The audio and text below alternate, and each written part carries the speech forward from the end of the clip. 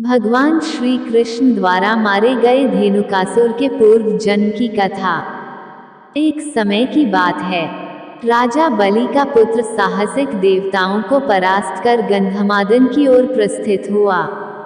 उसके साथ बहुत बड़ी सेना थी। इसी समय स्वर्ग की अप्सरा तिलोत्तमा उधर से निकली। उसने साहसिक को देखा और साहसिक ने उसको। दोनों आकर्षित हो गए। तिलोत्तमा ने अपने सौंदर्य से साहसिक को मोहित कर दिया। वे दोनों एकांत में यथेच्छ विहार करने लगे। वहीं ऋषि दुर्वासा श्री कृष्ण के चरणों का चिंतन कर रहे थे।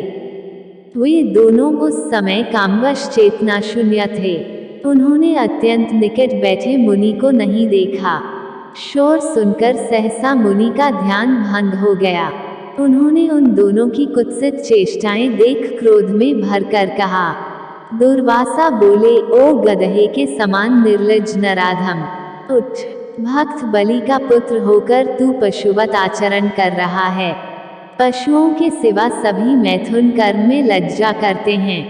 विशेषतः गधे लज्जा से हीन होते हैं। अतः अब तू गधे की योनि में जा।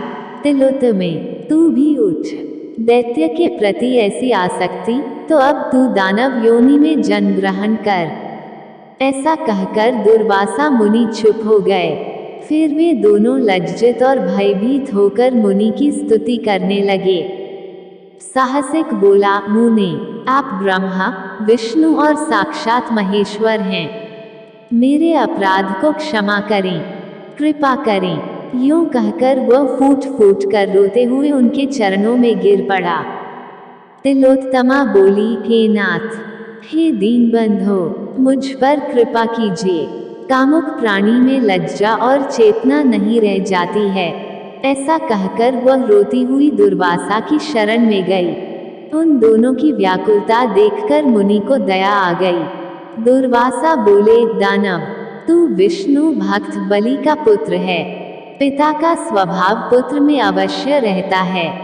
जैसे कालिया के सिर पर अंकित श्री कृष्ण का चरण चिन्ह सभी सर्पों के मस्तक पर रहता है। वत्स, एक बार गधे की योनि में जन्म लेकर तू मोक्ष को प्राप्त हो जा। अब तू वृंदावन के तालवन में जा। वहां श्री कृष्ण के चक्र से प्राणों का परित्याग करके तू शीघ्र मोक्ष को प्राप्त कर लेगा। तिलोत्तमे, तू वानासुर की पुत्री होगी, फिर श्री कृष्ण पौत्र अनिरुद्ध का आलिंगन पाकर शुद्ध हो जाएगी। यह कहकर दुर्वासा मुनि चुप हो गए। तत्पश्चात वे दोनों भी उन मुनिश्रेष्ठ को प्रणाम करके यथास्थान चले गए। इस प्रकार साहसिक गर्दभ योनि में जन्म लेकर धेनुकासुर हुआ और तिलोत्तमा बानासुर की पुत्री उषा होकर अनिरुद्ध की पत्नी हुई।